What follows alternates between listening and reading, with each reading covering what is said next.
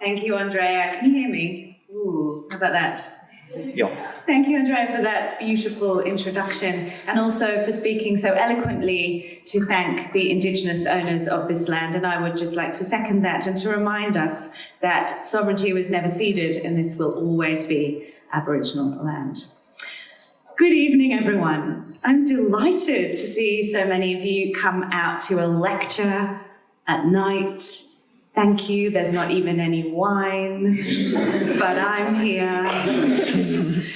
I'm absolutely delighted to be here to share with you some of my insights on sustainability in fashion. As mentioned, I'm Vogue's sustainability editor. I am the first one in the world, and it is quite lovely for that to be happening in Australia and for a magazine like Vogue to be centering sustainability and looking at the industry through an environmental lens. Being invited here tonight to talk on a lecture on science, humanities, and the environment seemed to me to be interesting. I doubt that anyone has stood here before and talked about fashion in this context. And I actually suspected that perhaps it wouldn't be taught at Sydney Uni at all. I was proved wrong. The Department of Art History offers a unit in fashion and dress, past and present. I would love to do that. When I went to university in the UK, in Sheffield, there was no fashion taught. I studied political science, and back then words like science, humanities, and environment were rarely, if ever, uttered in the same sentence as fashion. Fashion was what you did in your spare time, a bit of fun. It was not, at least not in those circles, considered worthy of critical thinking or study. And I did tell Bradley that my tutors would be proud to see me standing here this evening, and maybe, after all, I didn't waste my brain. Yet fashion, actually, it continues to conjure images of frivolity and silliness in the collective imagination. It's easily dismissed as purely concerned with surface. What comes to mind when you think of it? Perhaps it's that Oscar Wilde quote. Fashion is a form of ugliness so intolerable. Fashion is a form of ugliness so intolerable that we have to alter it every 6 months. Personally, I prefer Virginia Woolf's take. She said, "Vain trifles as they seem, clothes have more important offices than merely to keep us warm. They change our view of the world and the world's view of us." But to Virginia Woolf, I would add, clothes also change the physical world, and mostly not for the better. That's frivolity there. In this lecture, I'll be unpacking the fashion industry's impacts on the planet and arguing that science helped get us into this predicament, and ask, what can science do to help get us out of it? But first, I'd like to pause and just ask you a question. I'm looking at you. Maybe not. Who here thinks this has got nothing to do with me? Anyone? No one's putting their hand up. I ask this because actually it's quite common, particularly among older demographics, particularly among men. Not that fashion is only for women, but people do say, well, hang on, fashion's not my thing. I don't really think about it. I'm not part of that problem. My interests lie elsewhere. Well, the cliche is that fashion is the preserve of fashionistas. You know what that is? It's the young woman who spends her Saturdays in the mall buying an outfit to wear that evening. And look, she exists. She might not actually go to the mall now. She might be shopping online at the new fast fashion e-tail giants. I'm talking, you've seen them on the telly if you don't shop at them. I'm talking about Pretty Little Thing, or Fashion Nova, or Boohoo. And in case you don't know those names, I'm sure you know the names of the giants that they are trying to catch the tails of. I'm talking about Zara and H&M and Topshop. But while all those companies market to fashion-hungry women, it's not only fashion-hungry women who are buying too many clothes. Raise your hand if you're a nudist. Come on. No one? Maybe you're a secret nudist. Maybe you're a nudist on the weekend. But I think we can agree that no one in this room right now is naked. Thank you for that. If you buy any new clothes at all, whether from Kmart or Target, whether from Topshop or Zara, whether from David Jones or Gucci, you are part of the fashion supply chain. When I talk about fashion and textile waste, I'm including all of it. So your socks and jocks, your swimsuits, your school uniforms, your kids' clothes. I'm also talking about the textile part. It might not even be clothes. It could be sheets, napkins used in hospitality. It's all of the textiles that are used for clothing and for all of the things around us. Could be curtains.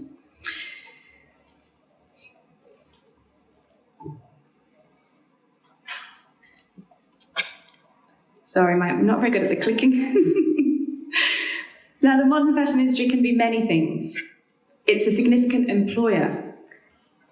It's also a cultural mirror and a cultural influencer, and it can be an absolute joy. But when it comes to environment, it's also horribly wasteful and polluting. This is a picture from Greenpeace's Detox My Fashion campaign. You may have seen those other pictures of water outside some denim factories turning blue with the contaminants. And in some places, you can actually predict the colour of the season by looking at the rivers outside of garment factories. All right, I think I've made the case that you're all involved in the fashion supply chain, that you all wear clothes, and the people in your families wear clothes, and you buy clothes. We have got too many clothes. And not just Vogue people, all of us. Now, this graph is from the Ellen MacArthur Foundation. Does everyone know about that? It's the foremost non-governmental organisation around the circular economy. It was founded by a sailor, Ellen MacArthur, who is the fastest person to ever sail solo around the world. When she was on the boat, she realised that what she had on that boat was all she had. And then, that what we have on this planet is all we have, finite resources.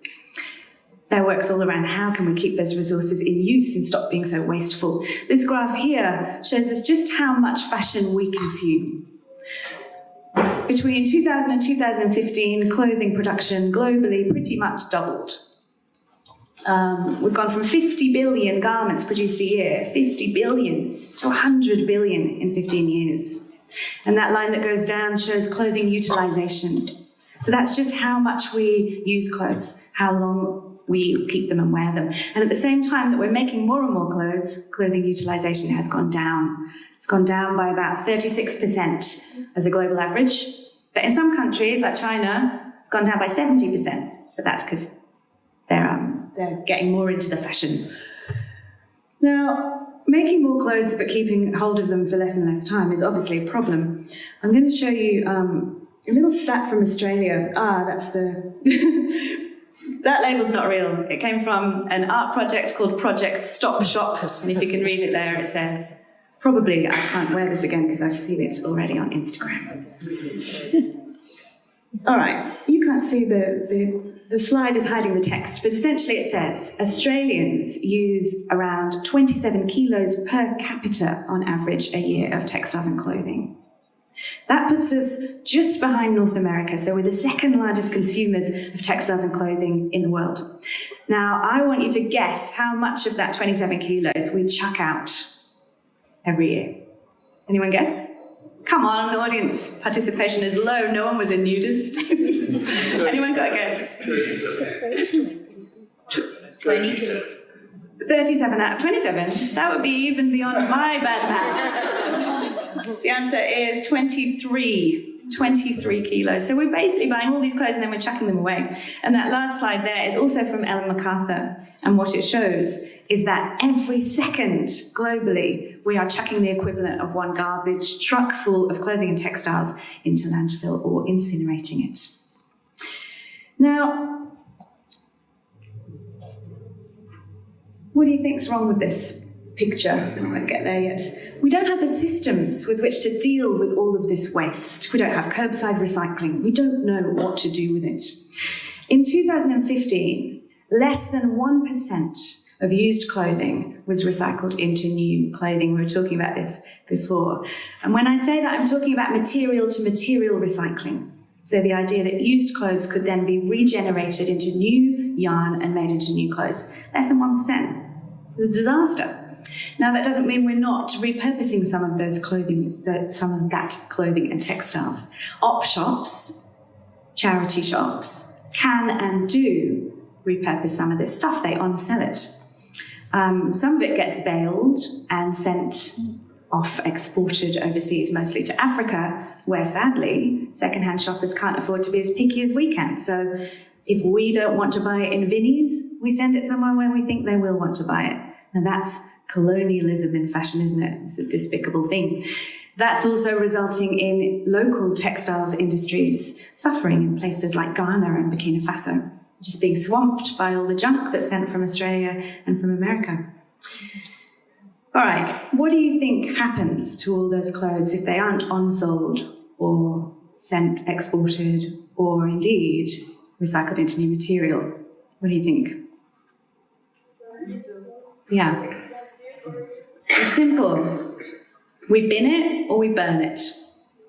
This picture here is from a news story that I'm sure many of you saw last year, which was about H&M, the fashion giant, the Swedish fashion giant. The biggest fashion company in the world is Zara, or the owners of Zara, which is Inditex. Second biggest is H&M Group, and it owns some other brands like COS, for example. This story was about a Swedish power plant that was burning unwanted clothes from H&M instead of coal. It's one way. Here's another one. Probably you saw this too. Even if you're not into fashion, you'd have seen this one. A lot of it was like Bonfire of the Vanities. It's a journalist's dream coming up with headlines for this. This is the story of Burberry admitting in their 2017-2018 annual report that they had destroyed stock, unsold stock, to the tune of, I think it was 38 million pounds, I think. And people always say, God, that's the worst. But as I was saying before we came into this room to someone, they are the ones who admitted. This was in their annual report. Most brands won't tell you they're destroying stock. And this isn't just fashion either. It's consumer goods. It's everything. It's the untold story of pre-consumer waste. Right, what are we doing to fix it? Here we've got the French President Macron with the head of caring, François-Henri Pinault. And at the G7 recently, they announced what they called the Fashion Pact to try to get some of the biggest companies and brands in the world to come together and try and solve these ridiculous problems that beset the fashion system. Next to it is a report that came out of the Environmental Audit Committee of the House of Commons in the UK.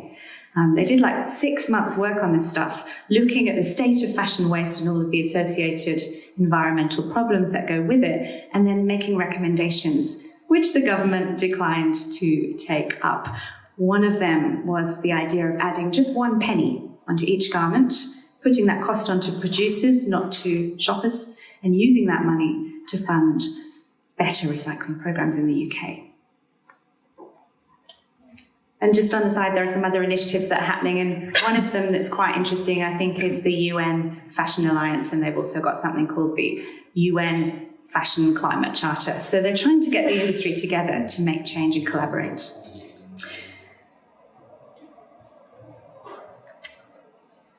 But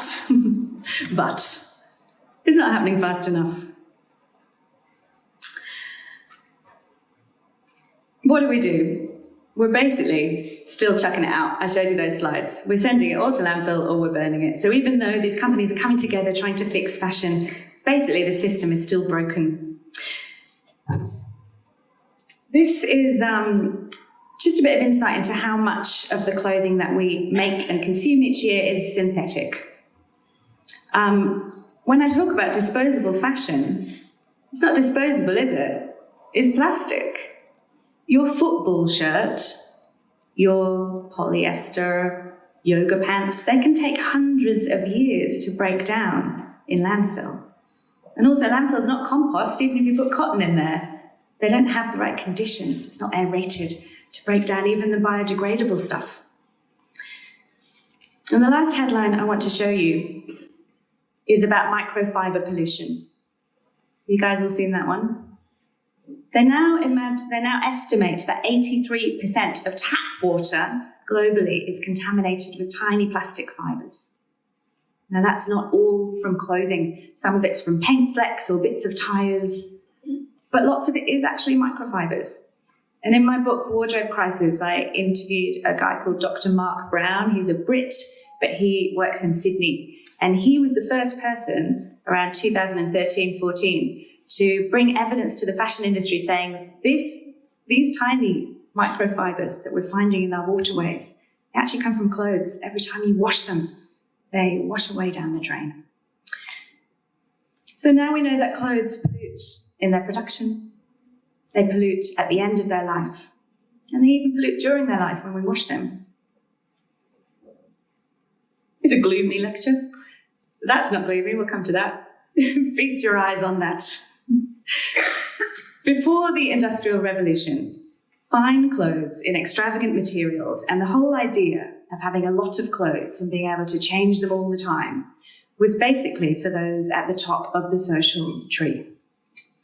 Marie Antoinette had 18 new pairs of kid gloves delivered every day in this basket, which they would put 2 yards of silk taffeta new on top of it every day.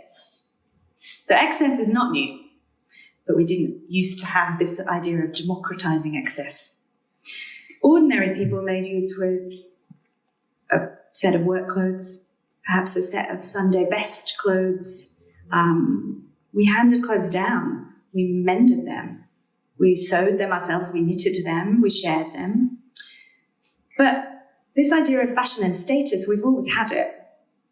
And I think it's human nature to look at what other people have and think, why can't I have it? As societies grew more affluent, we wanted to get a bit of that action. We all wanted to be Marie Antoinette. I want new stuff and I want it now. I don't actually, I'm reformed. And then science got involved. So factory production allowed this creation of more and more clothes to happen at scale. But beyond the engineers who invented the weaving machines and the spinning machines and the factory machines, scientists got involved looking at materials and they thought, well, why should Marie Antoinette be the only one who can have the silk? Silk's very expensive. Could we not make a more affordable silk that we can all get? We could. This gentleman called Hilaire de Bonnegood, the Comte de Chardonnay, was the one we have to thank or blame. You choose. He studied under Louis Pasteur in Paris, and he discovered his alternative silk by accident. I love it. They always find these things by accident, don't they? Not by design. He apparently knocked over a bottle of nitrocellulose in a photography dark room.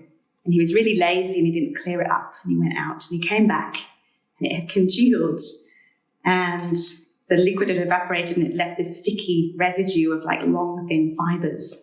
Now, others had done similar things before, but it was Chardonnay who realized that the secret would be to copy what the silkworms do with their cocoons and push these fibers through small holes. Chardonnay silk, as it was called. Chardonnay, that's wine. There's no wine. Sorry, Bradley. Chardonnay silk was debuted at the Paris exhibition in 1889. And 2 years later, he opened the first commercial artificial silk factory in France. But it wasn't to be, because it was highly flammable. Dangerous, the whole thing burning down. So 2 years later, he closed it. It wasn't until the 20s that basically people figured out how to produce this stuff in more safe conditions. I say more safe because while the joint didn't burn down, the chemicals, the solvents that we used to create this fiber were highly toxic and still are. Now we contain them, we recycle them. But in the 1920s, workers in the viscose factories were breathing them in. They called it was like silk sickness, I think. People just went bonkers and then died. I mean, it was terrible. So These days, rayon is still quite a big part of the fashion fibre basket, something like 12%. But of course, most of our artificial silk or silk alternatives are actually nylon and polyester. I've lost it. I'm terrible at this. I mean, you know, this is actually worth it. We'll get to it. The first pair of nylon stockings. I should just say that plastic fibres are, of course, derived from petroleum, so finite fossil fuels, and they really changed the game. The first pair of nylon stockings were made by the Union Hosiery Company in 1937, thanks to two guys called Wallace Carruthers and Julian Hill. Julian Hill was a bird watcher. He would be sad to know, I think, that nylon fishing nets or fishing lines can take 600 years to break down and kill bird life, wouldn't he? Poor old Julian. He didn't know. He thought he was doing a great service to us, I'm sure. But it was a group of British scientists that built on their work that produced this commercial fibre, the first one, the first commercial fabric. It was called terylene. Anyone remember the terylene? So it started in like the 50s. By the 60s and 70s, everyone was in the terylene. Here is an example. I found this today and I was delighted. This guy, who knows the band The Kinks? I find this so awesome because I love the Kinks anyway, Lola, come on. But also in modern fashion, we're always looking at the celebrities who advertise the stuff. You got Dave from the Kinks advertising terylene here. Don't know the year, you can guess. If you can't read it, I wrote it down because it is gold. The caption says, "Smooth," said Dave of the Kinks, when he saw Inna in her terylene suit. "Still smooth," said Inna. A dozen pictures later, after lots of kneeling, sitting, curling up action, terylene never crushed. It was marketed as being able to be worn for 68 days straight without having to wash it. Nice. At least we didn't pollute with the microfibers in the oldie terylene days. These fibres, albeit in updated forms, still dominate today. And now that production has moved offshore and brands can chase the cheapest needle, we can access clothes made from synthetic fibres even more easily. But is it all good? It's not all good. New clothes today have become instantly available. We can shop on our phones. Right now, if you were bored, don't be bored. I can see you. I see you. You could be shopping on your phone. You can shop at the supermarket when you're there to buy food. There's clothes everywhere. But because of this, we've lost that connection that used to be deep with how our clothes are made.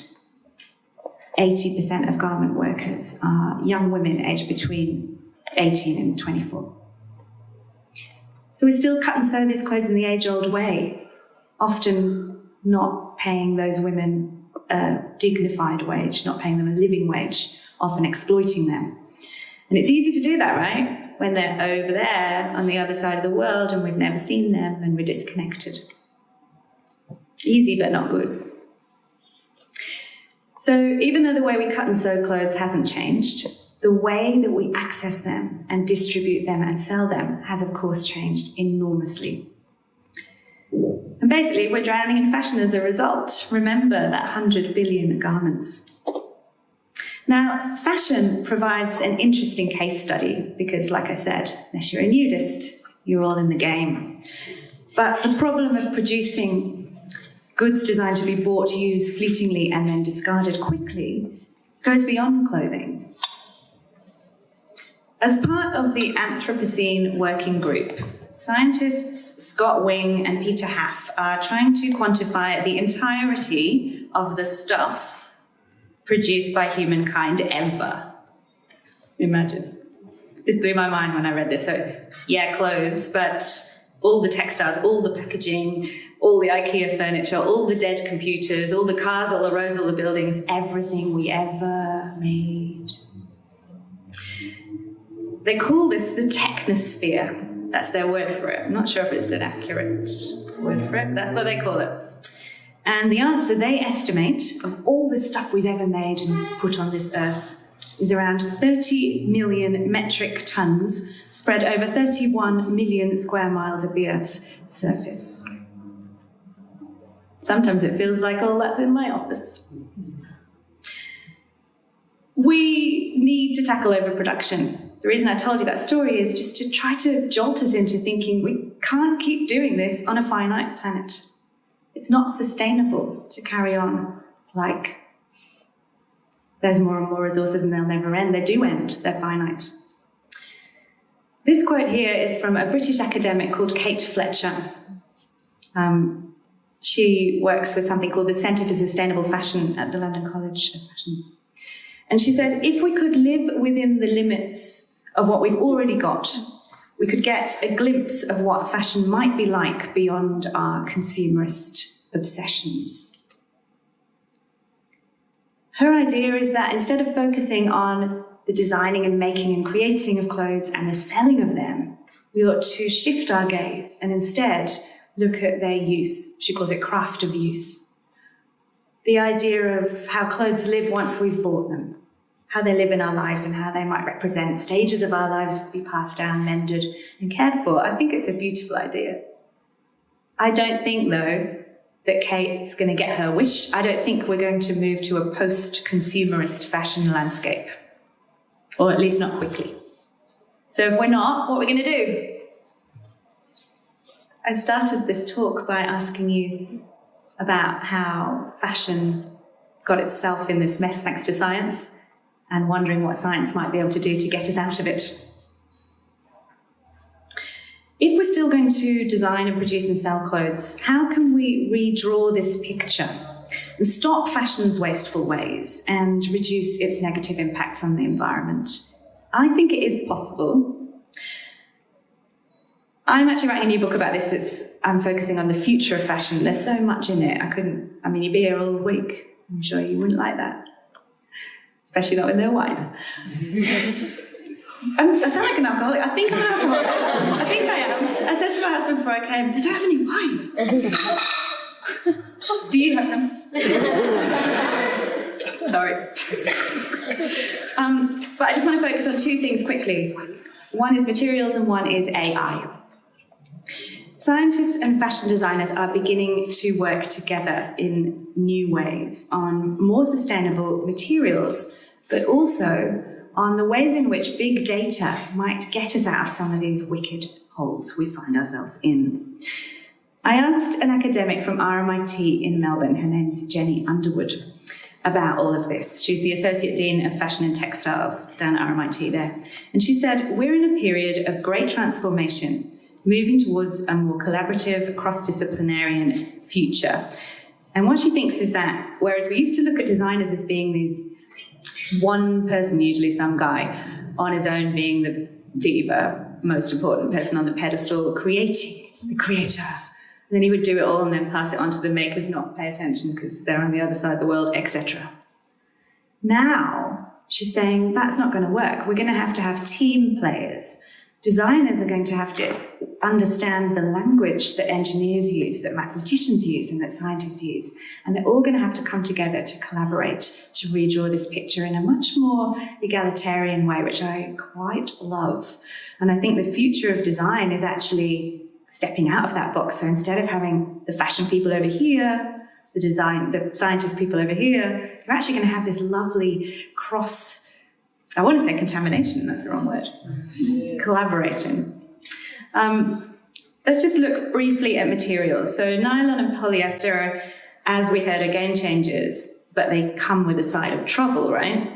They're cheap, but they use finite fossil fuels and the microfiber pollution, all the rest of it. Name a more... Water. It's not even in the thing, sorry. Am I out of time? No. It's all gone. Pop, need some wine. Name a raw material. Chances are someone has tried to make clothes out of it. So, for his debut show in 1966, which was titled 12 Unwearable Dresses in Contemporary Materials, Paco Rabanne created that dress there on that side. that became like an archetypal 60s thing. It's like Joan of Arc, but it's like chainmail, right? You couldn't dry clean it. Probably couldn't sit down in it. Next to that is Alexander McQueen's dress made from a carpet of real flowers. And when the model walked down the runway, the flowers fell off. And imagine, I mean, it's an interesting musing on the nature of decay. I love McQueen. Next to it, though, is Victor and Rolf, the Dutch duo. Instead of making a carpet of flowers, they used some carpet. You couldn't sit down in it. And then, can everyone see this? That is, of course, Jean-Paul Gaultier, who once made a whole collection out of bread. Why not? Oh. I just did too, because, come on, look at it.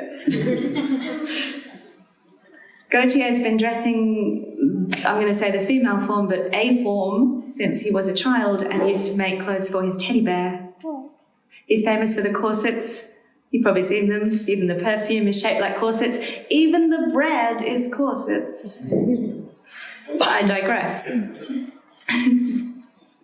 Vivienne Westwood added chicken bones to early punk t-shirts to make a statement. I haven't got a picture. They're gold. You can't find them. If you've got one, you don't need to buy a house. But,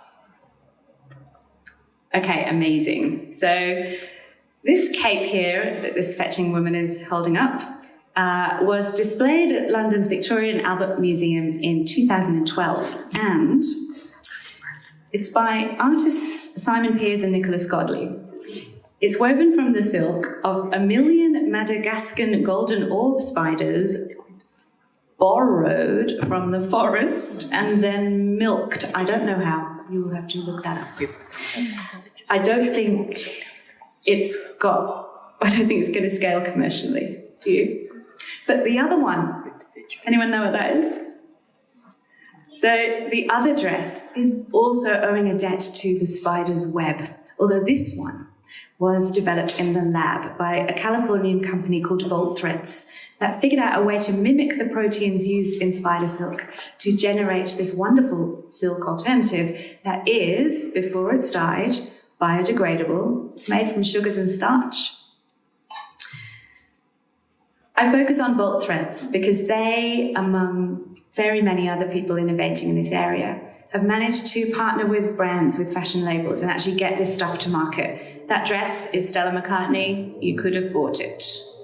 Stella's also working with Bolt Threads on a leather alternative. We're not allowed to say mushroom leather. It's litigious. But it's an alternative to leather, and it's produced from mycelium. And Bolt Threads is behind that too. More eco-fibres are important. If we diversify the fibre basket, we can take the pressure off cotton. I'm not going to go into that, but it has its own problems, not least that it uses fertile land.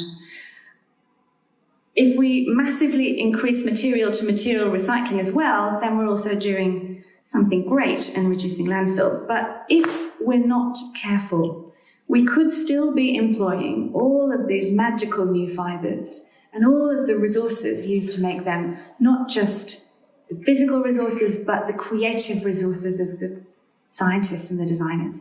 We could still be taking all of that and chucking it away. That is bananas. Remember those 80 million garment workers.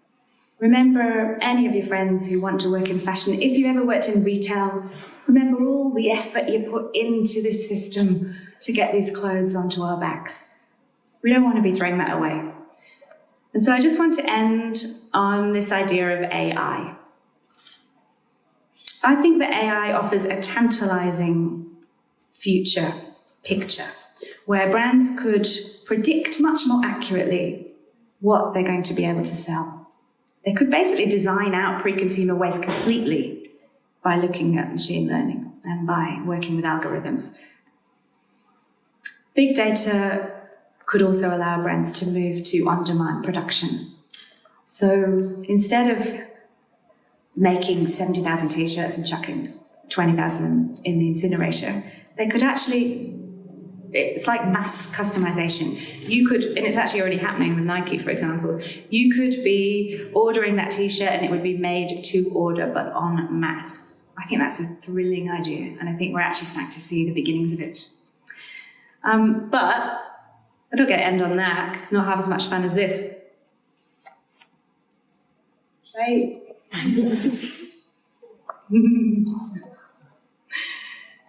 What if we dressed not our physical selves, but our avatars? Any gamers in the room? Gamers already live in a virtual world.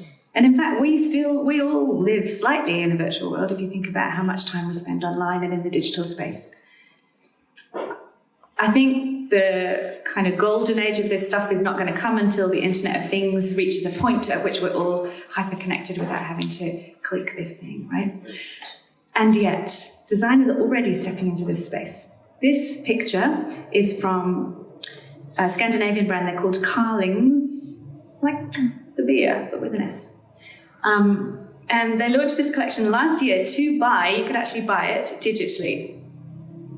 Now, a high fashion garment off the runway might cost you a few $100, maybe a few thousand. These pieces started at $11. They weren't made physically. The idea was that users upload a picture of themselves, then purchase the outfit, then Carling's team of designers would fit and imagine that garment perfectly onto your virtual self. And you'd look like you're wearing it. Fantastic for Instagram. But fantastic for the environment, because what Carling said was, this collection is, and I quote, completely without negative environmental impact. Maybe we could have all the fun of fashion without producing anything physical at all. Would you wear it? You tell me. I'm going to leave you with that and just say that it's been such a pleasure to be here with you all, and I'm so grateful to you all for coming out to listen to me. I hope that even if you didn't think you were interested in fashion, you might go away with some inspiration and some ideas for the sort of fashion future we might craft together. And I just want to remind you, all of you are part of the fashion supply chain. Thank you so much.